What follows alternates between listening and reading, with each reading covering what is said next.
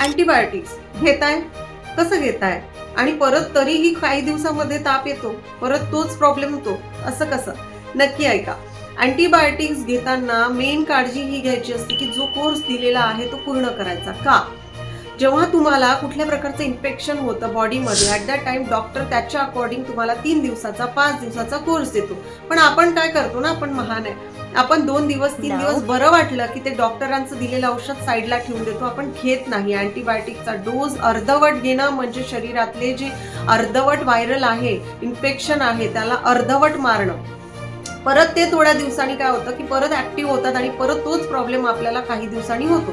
परत आपण डॉक्टरांकडे जातो, डॉक्टर परत आता 5 दिवसाचा किंवा 7 दिवसाचा कोर्स देतात. असं जेव्हा परत परत व्हायला लागतं ना, ॲट दॅट टाइम तुमच्या शरीरामध्ये जे व्हायरल इन्फेक्शन आहे, जे इन्फेक्शियस बॅक्टेरियाज आहेत ते स्वतःला त्या गोष्टीपासून अँटीबायोटिक्सपासून रेझिस्ट करतात. त्याला म्हणतात अँटीबायोटिक रेझिस्टन्स.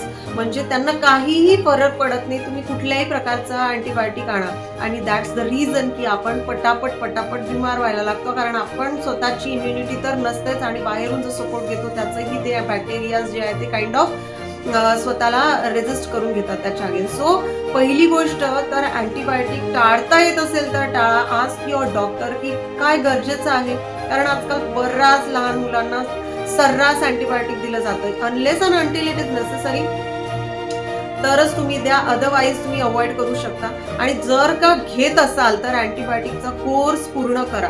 आता अँटीबायोटिक घेतल्यानंतर डायजेशनचे पण इश्यूज होतात, मग त्याला कसं ट्रीट करायचं? जास्तीत जास्त प्रमाणात फ्रूट, व्हेजीज आणि लिक्विड पाण्याचं इंटेक तुमचं वाढवा, म्हणजे होणारे साईड इफेक्ट जे आहे ते थोडेसे कमी होतील आणि तुम्ही हेल्दी लवकर व्हाल.